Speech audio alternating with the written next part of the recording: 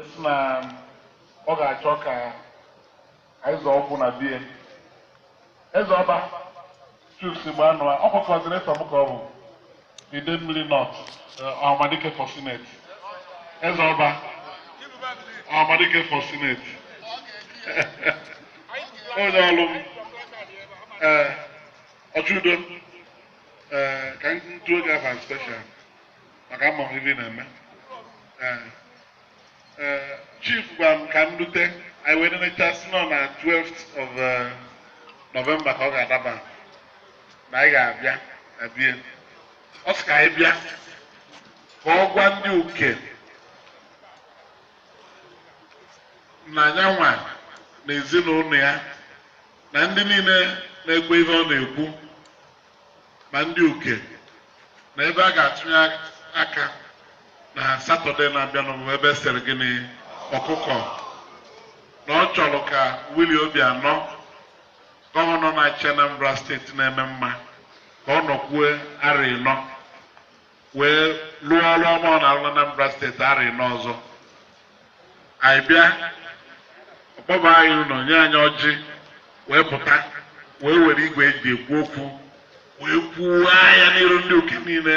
n'ebe a ga-ebinye aka ebe eme gịnị ebe esere ọkụkọ akụrụ ka nna m egwu ka nna gwa kwanụ ya aka ibe anyị ga-ekwu etu a bụ na o nwere ndị ga-asị Obianọ na ha na-asọpọtụ ya mana ha nyere m ihe a o mere maka na ihe o kwuru ebe a bụ na Obianọ ga-eje second term ife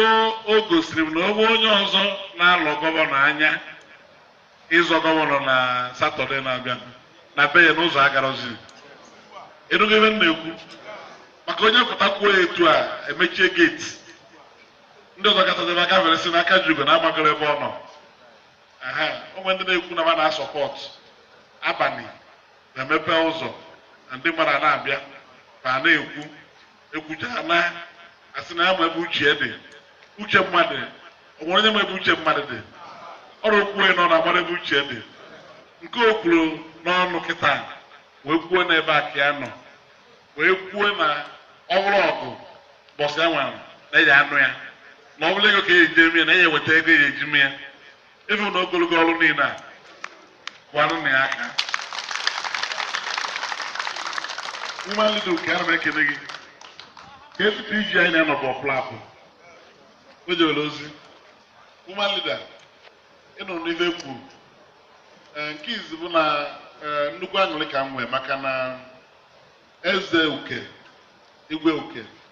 chiri m Okwuluọra ịbụrụ ibe nji n'aka na Okwuluọra uke ka m Okwuluọra uke ọ bụ onye chiri Okwuluọra uke pụtazie onwe ebe a na-eke onefu anya onwe ya ekwuru ndị uke ọrụ Okwuluọra ya ekwuru ndị uke ya bụ na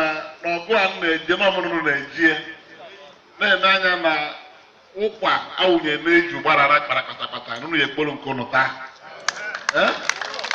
ndị uke ekporo nke bata tajuo ya afọ mụrụ na akpụrụgo nwanne maka onye ji afọ obodo na-aga mba ife ọbụla a na-eme aga na-akpọ obodo ahụ afa ịtụcha m afa niile ituo m Okwuluọra uke abanyekwa na ife a na-ekwu etu a ka ọ ya adị atụta akwụkwọ na Satọde gụchaa gọvanọ Obianọ tụrụ ha n'ugo mmeri malụrụ na uke eturugo ugo mmeri na abalị 3 ọnwa anụnwa ka anyị bịara uke na be His Majesty ka anyị bụ ụzọ je n'abalị o wee gụọlụ gọvanọ ọfọ mụ na gọvanọ so bịa na nwunye gọvanọ gụọlụ ya ọfọ wee gwa ya na obodo ọ bịara na Ifeọma ga-eso ya wee na Ifeọma ga-eso ya na abụ mmeri ọ ga-emeri na elekshọn a na-abịa anyị kwucha ya anyị na ya wee yikọrọ jebe na adoration ground n'uke wee jebe ahụ ya ebube mmụọ nsọ wee were ekpere terakọ ya anyị na igwe wee see foto ebe m chọpụtara mbọsị anyị jere na adoration ground na igwe dị popular ndị adoration ground laikiri igwe akwara na ahụ ya ọbịa ọrụ ndị na-ajọkwa ebe ahụ anaghị akụrụ mmadụ aka enyi ha ndị na-abịa adoration ahụ ụfọdụ a na-agba egwu ụfọdụ one side nwere ike ekwe, the other side ya bụ ekwe, mana a kpọrọ n'afọ igwe ọfịọ ebe niile maka amụ ya landlord bụrụkwe igwe na-abịa na adoration ground usoro na-ekpe ekpele ya bụ igwe ọ bụsị anwa ka imepere ụzọ nke a aka jigo ma tata bụ ntelakọ ka o telakọrọ ya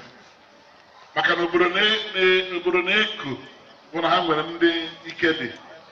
ndị ike obodo ewu maka ibie ka ọra ogologo ọ bụrụ na mgba ka eji agba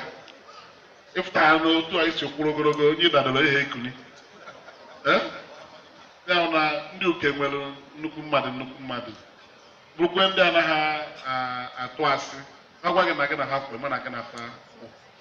maka ekpere a na-ekpe na uke nụnwa emego uke oburu obodo nsọ onye bịa n'uke na-agbata uke onwe mkpa o ji wee bịa emerie egbuorie ya o jere na adoration ground nsoro ebe ahụ ticha mkpu a na-eti n'abalị becha akpa na-ebe ị na-ana ahụ ga-efecha ibu alọ ibu bịa ezie gị ebe ahụ iwe ha n'obi gị mepee ya makwa Chineke mmụọ nsọ were ha n'ọnọdụ ịma na ibe niile na-eme agaga were ya ana m ekene ụnụ wee sị ụnụ na ibe anyị na-ekwu bụ na pati a na-akpa Afrịka nọ ya pati ndị be anyị ọ nke a bụ nke ndị Igbo ji aza afa na Naịjirịa anyị ama ekwe ka ndị